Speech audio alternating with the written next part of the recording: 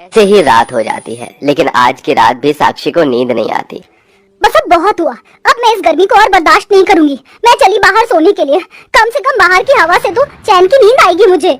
साक्षी पंखे की हवा न मिलने की वजह से गुस्से में बाहर आंगन में सोने के लिए चली जाती है, लेकिन आंगन में हवा लगने की बजाय साक्षी को मच्छर काटने लगते हैं, जिसके चलते बेचारी फिर से अंदर आ जाती है। आज तो मैंने समय से सारा काम खत्म कर दिया, अब जल्दी से इस पंखे के नीचे सो जाती हूँ। रात को ना सही कम से कम दिन में तो नींद नसीब हो।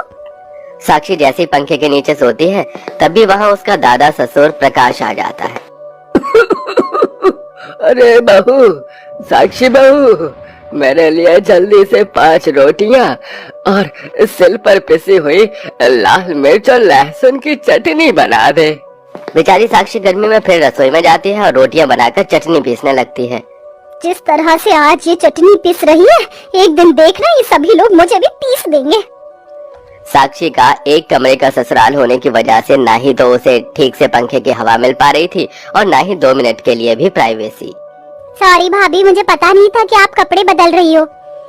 आरती, तुम्हें दरवाजा खटखटा कर आना चाहिए था। क्या भाभी, आप तो ऐसे कह रही हो जैसे ये बहुत बड़ा बंगला हो और इसके अंदर ढेरों 4 कमरे हो। अरे एक ही तो कमरा है, उसके अंदर भी क्या खटखटा कर आना। आरती की बात सुन साक्षी को गुस्सा तो बहुत आता है, लेकिन वो उससे कुछ नहीं कहती और ऐसे ही कुछ दिन और गुजर जाते हैं। अच्छा हुआ सभी आदमी बाहर चले गए और ये भी आज कीर्तन में गई हुई है। हवा नाम से सो सकती हूँ।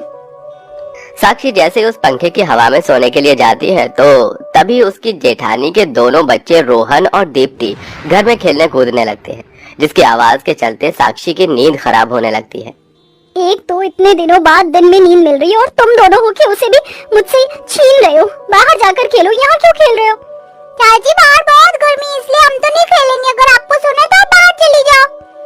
मन तो कर रहा है इन पिद्दी भर के बच्चों को उठाकर बाहर फेंक दूं, लेकिन क्या करूं, मजबूर हूँ।